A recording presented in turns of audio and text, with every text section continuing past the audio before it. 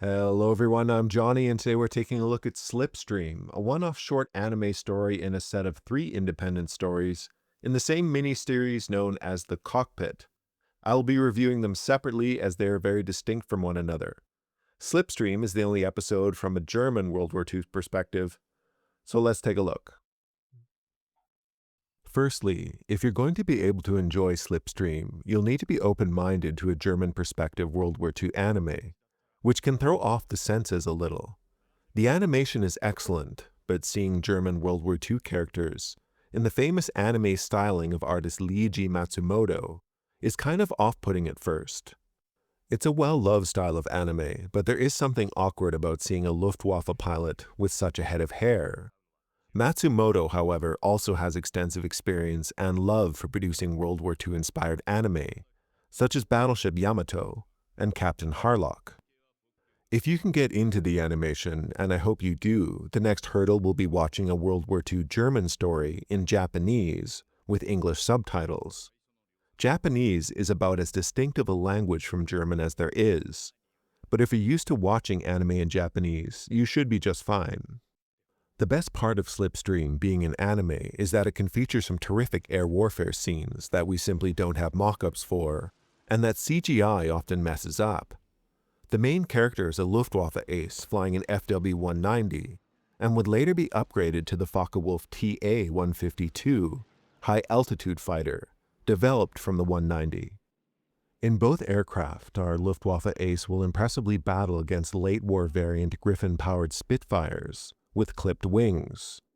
The film will also feature a Luftwaffe-captured B-17, which is particularly cool because a special unit of the Luftwaffe, KG-200, did fly a handful of captured B-17s for special missions, similar to the one featured in the episode. The special mission in the episode is both where the story is interesting and problematic. It's an alternative history story where the Germans developed a working nuclear bomb, which needs to be transported to a base at Peenemünde, where Germany developed much of its rocket technology. Here is the main issue with Slipstream. There is a pretty damning quote in it regarding the use of nuclear weapons. It goes, "Whoever first uses a nuclear weapon on human beings will be remembered in history as the most cold-blooded of creatures, as demons who have sold their souls to the devil forever." Now, it's understandable the Japanese have a different relationship with nuclear weapons than the rest of the world. They are the only people who have ever suffered from not one, but 2 nuclear attacks. It would be fair to call many of Japan's civilians during the war victims.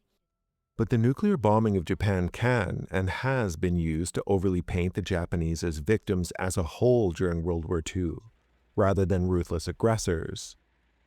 You can make an argument against the nuclear bombing of Hiroshima and Nagasaki, but it needs to be in the context of World War II, where Japan was responsible for the deaths of literally millions in Asia. It's fair to say the narrative is a bit manipulative in this production. An Axis fighter pilot chooses to sacrifice the woman he loves, and a scientist, his daughter, in order to prevent a nuclear weapon being used on an Allied target.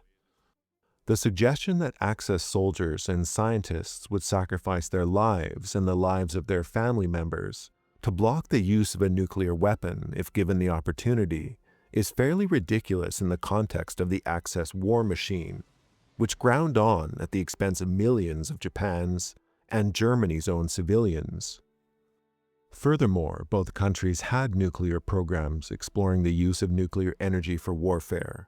What inhibited Germany and Japan was not a moral compass, but funding and resources.